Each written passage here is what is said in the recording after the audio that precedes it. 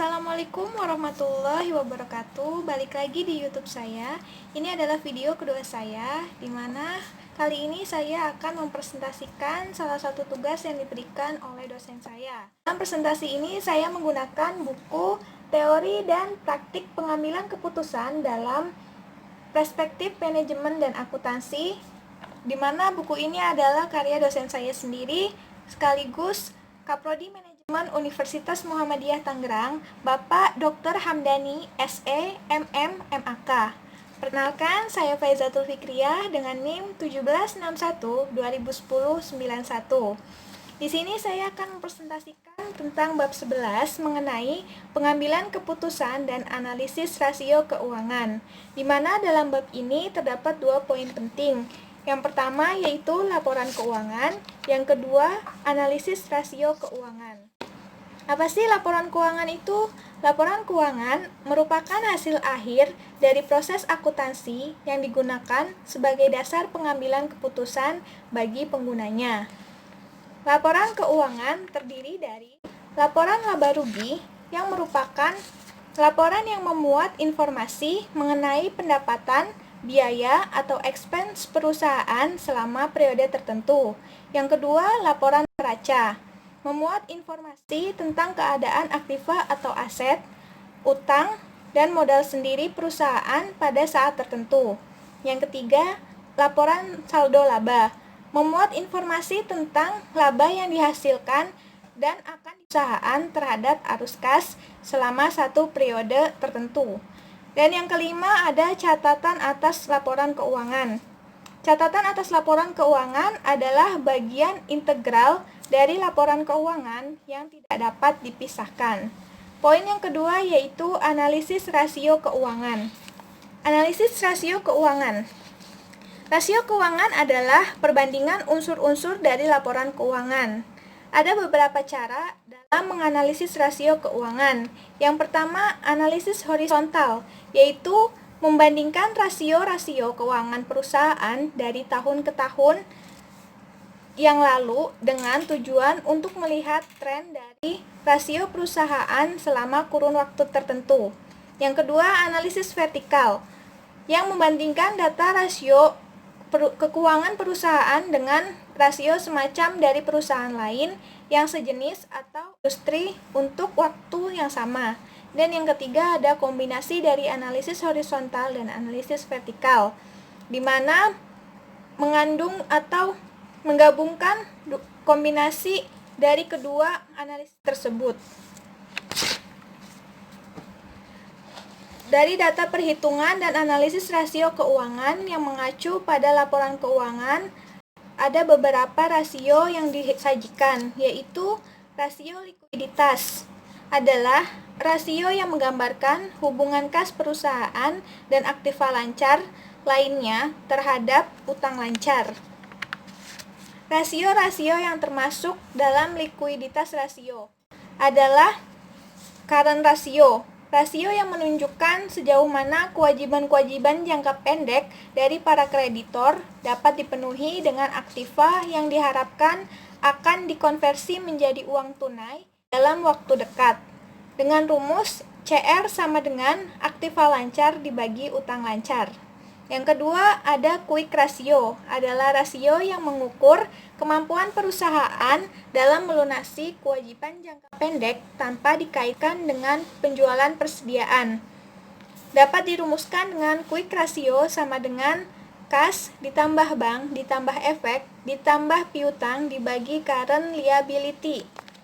Yang ketiga ada inventory to net working capital, adalah rasio yang mengukur atau membandingkan antara jumlah persediaan yang ada dan modal kerja perusahaan. Dengan rumus inventory to net working capital sama dengan inventory dibagi current asset dikurangi current liability. Yang keempat ada cash ratio, merupakan rasio yang mengukur seberapa besar uang kas dan setara kas yang tersedia untuk membayar utang. Formulasi rasio ini dinyatakan sebagai cash ratio sama dengan cash or cash equivalent dibagi current liability. Perhitungan dan analisis rasio keuangan yang kedua yaitu rasio solvabilitas. Merupakan rasio yang digunakan untuk mengukur sejauh mana aktiva perusahaan dibiayai dengan hutang. Adapun keuntungan mengetahui rasio solvabilitas ini adalah dapat menilai kemampuan posisi perusahaan terhadap kewajiban kepada pihak lain. Yang kedua, menilai kemampuan perusahaan memenuhi kewajiban dan yang bersifat tetap. Yang ketiga, mengetahui keseimbangan antara nilai aktiva khususnya aktiva tetap dengan modal. Rasio yang termasuk ke dalam rasio solvabilitas adalah debt to asset ratio. Adalah rasio yang digunakan untuk mengukur perbandingan antara total utang dan total aktiva. Formulasi untuk menghitungnya yaitu debt to asset ratio sama dengan total debt dibagi total aset. Yang kedua ada debt to equity ratio. Adalah rasio yang digunakan untuk mengetahui perbandingan antara total utang dan modal sendiri. Formulasinya yaitu debt to equity ratio sama dengan total utang dibagi equity. Yang ketiga, long term debt to equity ratio adalah rasio antara utang jangka panjang dan modal sendiri. Formulasinya yaitu LTDER sama dengan long term debt dibagi equity. Yang keempat ada current liabilities to net worth adalah rasio antara hutang lancar dan modal sendiri. Rasio ini menunjukkan bahwa dana pinjaman yang segera akan ditagih ada di tempat sekian kali dari modal sendiri. Formulasinya yaitu current liabilities to equity sama dengan current liabilities dibagi equity. Perhitungan dan laporan analisis rasio keuangan yang ketiga yaitu rasio aktivitas. Rasio aktivitas adalah rasio yang digunakan untuk mengukur tingkat efisiensi pemanfaatan sumber daya perusahaan seperti penjualan, persediaan, penagihan, piutang, dan lainnya. Yang termasuk ke dalam rasio aktivitas yaitu perputaran piutang adalah rasio yang digunakan untuk mengukur seberapa lama penagihan piutang selama satu periode. Untuk menghitung rasio ini dapat dirumuskan dengan receivable turnover sama dengan penjualan kredit dibagi rata-rata piutang. Yang kedua, perputaran persediaan adalah rasio yang digunakan untuk mengukur seberapa kali dana yang ditanam dalam inventory ini berputar dalam satu periode. Untuk menghitung rasio ini digunakan rumus inventory turnover sama dengan harga pokok penjualan dibagi rata-rata persediaan. Yang ketiga yaitu working capital turnover. Untuk menghitung rasio ini dapat dirumuskan NWC turnover sama dengan net sales dibagi working capital. Dan yang keempat ada fixed asset turnover adalah rasio yang digunakan untuk mengukur seberapa efektif perusahaan mengukur aset pabrik dan peralatannya dengan cara membandingkan antara penjualan bersih dengan aktiva tetap dan biasanya dinyatakan dalam desimal. Untuk menghitung rasio ini dengan rumus fixed asset turnover sama dengan sales dibagi total fixed asset. Perhitungan dan analisis rasio keuangan yang keempat yaitu rasio profitabilitas. Rasio profitabilitas merupakan rasio untuk menilai kemampuan perusahaan dalam mencari keuntungan. Rasio ini terdiri dari yang pertama ada net profit margin. Adalah rasio untuk mengukur laba atas setiap rupiah penjualan.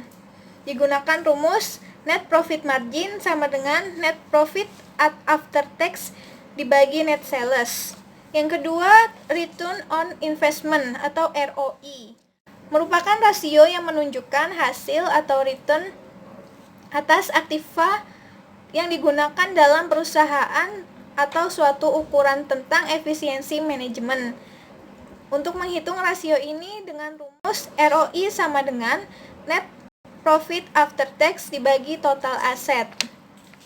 Yang ketiga yaitu return on equity atau ROE.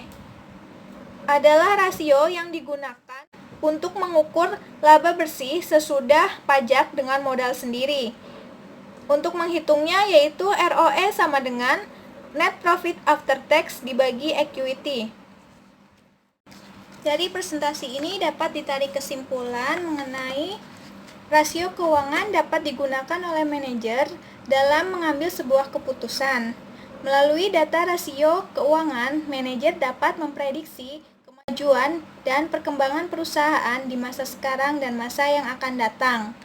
Beberapa cara yang dapat dipakai dalam analisis laporan keuangan diantaranya analisis horizontal, analisis vertikal, dan kombinasi antara keduanya.